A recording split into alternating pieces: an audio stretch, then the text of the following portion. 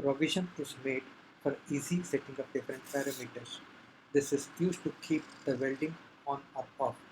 This switch is used to rotate the job in clockwise or counterclockwise direction. This section is used to set the number of segments in which welding needs to be done. If full welding is needed, then it can be set as 0. In this section, diameter at which welding needs to be done can be set.